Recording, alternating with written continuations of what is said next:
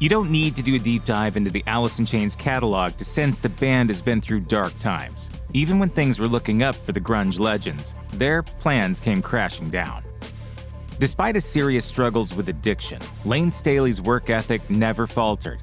He never ever missed a show, even when he could barely walk. He proved this in the early 90s, when he was severely injured just hours before going on stage. In September 1992, Alice in Chains was booked to play the Oklahoma State Fair. Staley had some time to kill before the show, so he rode around the Oklahoma City Fairgrounds with an ATV. But his fun quickly came to an end when he ran his own foot over with the bike.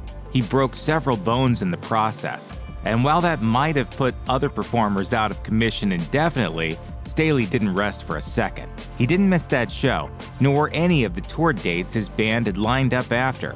In an interview at the time, he said, "I didn't break my neck, so there's no excuse not to play." Instead, he performed on crutches and sitting in a wheelchair, and he had a couch on stage where he could rest when necessary. As guitarist Jerry Cantrell recalled at a 2018 show, Layne kept messing up the lyrics to Sludge Factory, one of their newer songs. They had to start the track over repeatedly, but Staley kept messing up the second verse. You can even watch him mess up and swear in frustration in the episode. We're allowed a couple of those, it's been a while. The performance was also supposed to mark the unofficial start to an Alice in Chains tour. Kiss invited them to go on the road after their original openers, Stone Temple Pilots, had to drop off the run so their singer could go to rehab. Unfortunately, Alice in Chains only finished a few shows before Staley's drug problems brought the run to a halt. He overdosed after their fourth gig in Kansas City and had to be hospitalized. Staley never sang in public again. April 4, 2002 was former Alice in Chains bassist Mike Starr's 36th birthday. He played with the band until 1993, but remained friendly with Staley after his departure. The two were close enough that they decided to spend that birthday with his ex-bandmate in Seattle. Staley's health was already deteriorating at the time, but he refused Starr's suggestion that he seek medical attention. They spent some time watching the TV show Crossing Over, in which an alleged psychic connects people with their dead relatives. According to Alice in Chains: The Untold Story, the show's subject matter prompted Staley to reveal that he believed he'd been visited by the spirit of his late romantic partner, Demry Perot, the evening before. What's even more strange is the fact that the ominous encounter likely happened just hours before Staley's own passing. The medical examiner's office estimates he died the very next day. Starr was the last person to see him alive, and that conversation would be one of their last exchanges. Curiously, fellow grunge singer Chris Cornell reported Staley visited him in a dream after his own passing. I always sort of wake up with the feeling that somehow that's an indication that they are somewhere good. While playing in Alice in Chains, Staley dealt with severe mental health issues in addition to his addiction. He was particularly depressed, had suicidal ideations, and several times even attempted to take his own life. But he was always able to walk back from the brink, realizing that he didn't want to die. He told Rolling Stone, "I'm scared of death, especially death by my own hand. I'm scared of where I would go." During the aftermath of one attempt, Staley claimed he briefly saw a glimpse of another world. He recalled, "I was sitting with a friend one time and I blanked out for about a minute. I experienced what I guess could have been hell, or, purgatory, or whatever. It was freezing cold and I was spinning like I was drunk." It was no secret that Layne Staley experienced substance abuse issues for most of his time in the public eye. He regularly wrote about his struggles in Alice in Chains songs, and even told Rolling Stone in 1996, "I wrote about drugs, and I didn't think I was being unsafe or careless by writing about them. Here's how my thinking pattern went. When I tried drugs, they were great, and they worked for me for years, and now they're turning against me." Staley worked hard on recovery, but could never quite get a hold on long-term sobriety. By the time he passed away, he'd already enrolled in various rehab programs 10 times. He also nearly died from 5 separate overdoses. The only reason he'd survived that long was that he'd been with other people when he overdosed who were able to get him help. Sadly, the day he finally did pass away, he was alone, fatally overdosing with no one there to save him. At the time, his mother had been working to get him into another rehabilitation clinic, one she happened to work at, but those noble goals tragically never came to be.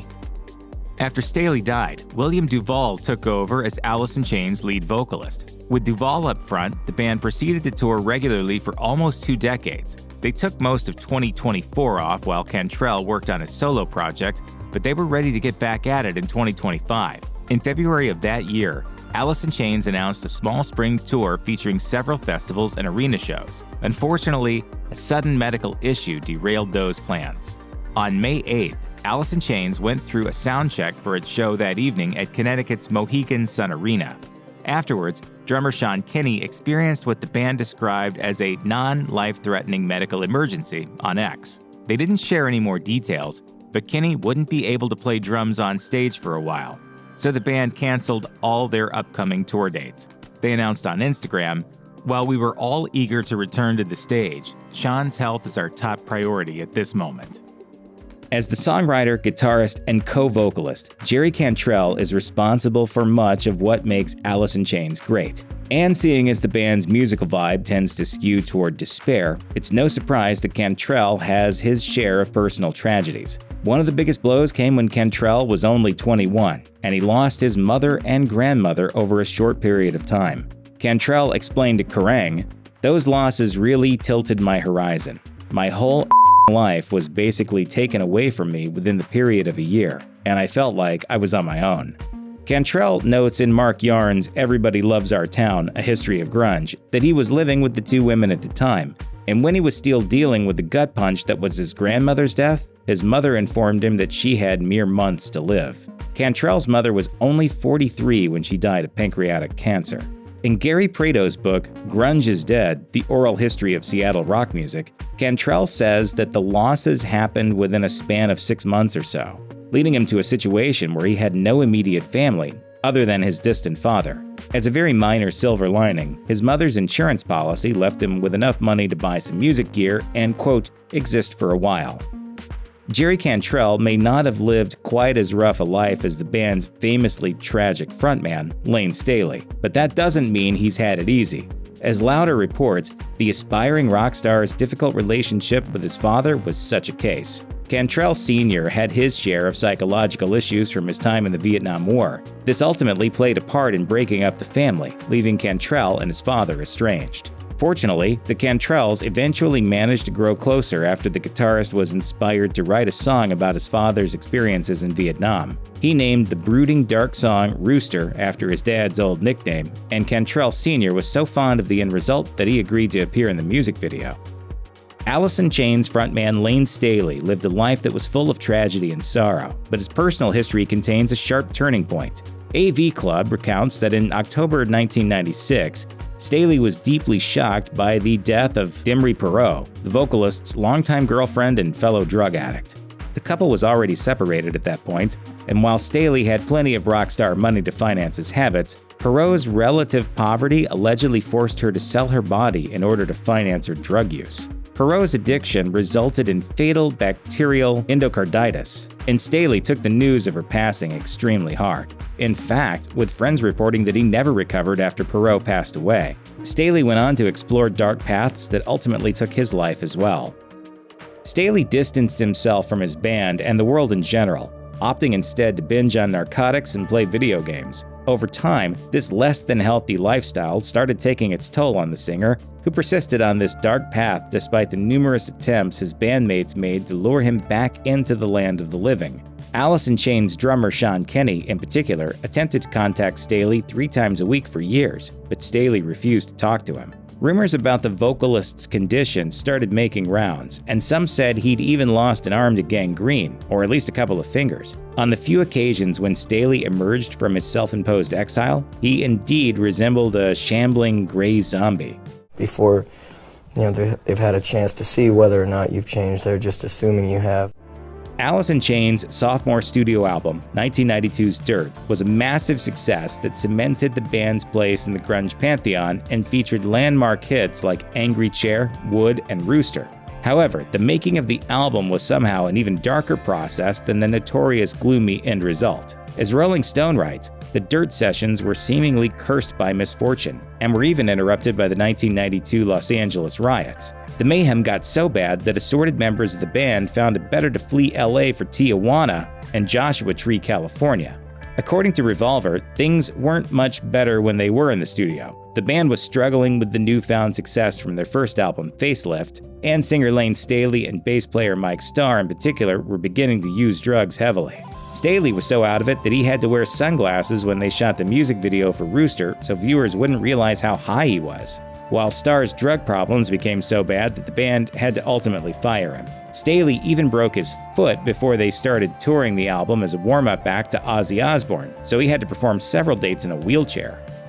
From a certain perspective, Alice in Chains broke up when singer Layne Staley died, only to later rise from the ashes as a sort of 2.0 version of themselves with the advent of guitarist-singer William DuVall. According to Revolver, however, the band had started cracking at the seams well before Staley passed away, to the point where they went their separate ways for quite a while. The band had their last full tour with Staley in 1993, when they were co-headlining Lollapalooza. In 1994, they were set to tour with Metallica, but they ended up canceling just before the first dates. The reason? Staley's heroin addiction. Staley had recently gone to rehab, but soon afterwards, he showed up in a band rehearsal under the influence. As Rolling Stone recounted, the rest of the band were less than pleased, to the point that drummer Sean Kinney swore he'd never play with Staley again. They managed to patch things up 6 months later, but unfortunately, this wasn't the end of their troubles. In an interview with the Los Angeles Times, Jerry Cantrell recalled that the road to their fifth studio album, 2013's The Devil Put Dinosaurs Here, was a painful one for him. The guitarist had developed a repetitive motion injury and had to have surgery to fix the issue. According to Revolver Mag, the band had started working on the album soon after wrapping up their previous tour. However, after recording just one song, Cantrell started experiencing excruciating pain in his arm. It turned out that the guitarist was suffering from a cartilage injury he had been enduring since 2005. The injury and the ensuing surgical procedure set the musician and his band back several months. Still, Cantrell ultimately came to see a silver lining in the painful situation, as it forced him and the rest of the band to recharge their batteries before jumping right into a labor-intensive album cycle. If the tragedies Alice in Chains has faced over the years were a mountain range, Layne Staley's death in 2002 would quite likely be its highest peak, when the 34-year-old lead singer was found dead in his apartment in Seattle. Though his longtime issues with drug addiction were well known, Staley had also been a recluse for quite some time. As a result, his body wasn't found until 2 weeks after his death, when people realized they hadn't heard about him in a while. When the police broke down the door of Staley's home, they found the singer's apartment in a sorry state, and its 6'1" occupant dead and so withered he only weighed 86 pounds. Staley's place was full of various drugs and paraphernalia, and he was still clutching a syringe filled with the next intended dose of heroin. The death was ruled accidental and caused by a speedball, a combination of cocaine and heroin. Layne Staley was hardly the only member of the band to struggle with addiction. Mike Starr, the band's original bass player, also developed a taste for narcotics early on. Starr took care of bass duties on Alice in Chains' beloved debut solo album, Facelift, as well as their even more esteemed sophomore effort, Dirt. He was there when they toured with giants like Van Halen and Iggy Pop, but sadly, so was his drug addiction. Alice in Chains and Starr parted ways in 1993. Layne Staley said that Starr left because he didn't want to keep up with the band's hectic touring and press schedule, while Starr later said that he was straight up fired because of his addiction issues. Regardless of what actually happened, this marked the start of a long downfall. A year or two after his Alice in Chains days ended, Starr got in trouble for stealing luggage in an airport and spent 90 days in jail. Later, he became something of a mainstay in reality shows of the celebrity rehab and sober house variety. On March 8, 2011, the 44-year-old musician passed away in Salt Lake City, just a month after he'd been arrested for drug possession. Deseret News reported that Starr had been mixing his anxiety medication and methadone, and The Hollywood Reporter later confirmed that the bassist's cause of death had been a prescription drug overdose. Surviving members of Alice in Chains, guitarist-singer Jerry Cantrell, bassist Mike Inez, and drummer Sean Kinney reunited in 2006 without a particularly clear vision for their future. However, they soon discovered William DuVall, who ended up joining the band as a vocalist and guitarist. In 2009, the new lineup released the fourth Chains studio album, Black Gives Way to Blue, and they've kept busy ever since. As you can probably imagine, this didn't sit too well with many people, who saw the death of Layne Staley as the end of Alice in Chains. The band continuing with its new lineup prompted criticism from such fans, and as Loudwire tells us, in 2018, the band decided to fire a volley right back at their critics. Cantrell pointed out that DuVall wasn't replacing Staley any more than Inez had replaced former bassist Mike Starr. He said, "We never looked at it as a part of somebody is replaceable, because Layne Staley is not replaceable. Mike Starr is not replaceable.